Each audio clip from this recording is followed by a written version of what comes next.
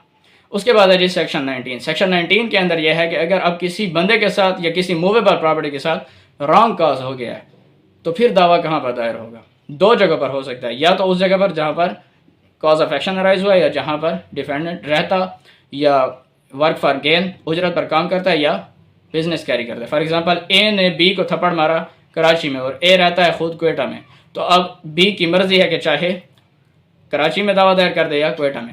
اے نے بی کے خلاف ڈیفیمیٹری سٹیٹمنٹ لگائی کراچی میں اور اے خود رہتا ہے کوئٹہ میں. اب بی کے پاس رائٹ ہے کہ کوئٹہ کی عدالت میں دعویٰ دائر کر دے یا کراچی کی عدالت میں دعویٰ دائر کر دے. اس کے بعد ہے جی سیکشن 20. سیکشن 20 کے اندر یہ بتایا گیا ہے کہ اب جو ہم نے کیسز پڑھے ہیں 16 کے اندر اور 19 کے اندر، اگر ان کے ریلیٹڈ کوئی کیس نہیں ہے، کوئی اور دعویٰ آ گیا، تو اب وہ کہاں پر دائر ہوگا؟ وہ 3 جگہوں پر دائر ہو سکتا ہے. ایک تو وہاں پر جہاں پر ڈیفینڈنٹ رہتا ہے یا ایک سے زیادہ ہے تو سارے رہتے ہیں.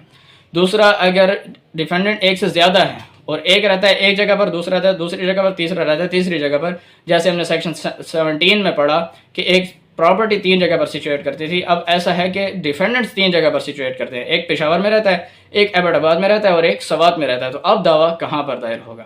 اب اس کے لیے 2 سچویشنز ہیں، 2 راستے ہیں. ایک تو سوات والی فار ایگزامپل وہ عدالت میں دعویٰ دائر کر رہا ہے تو ایبٹ آباد اور پشاور والے ڈیفینڈنٹس اس کی رضامندی دے دیں کہ اب وہاں دعویٰ دائر کر لیں، ہمیں کوئی مسئلہ نہیں ہے.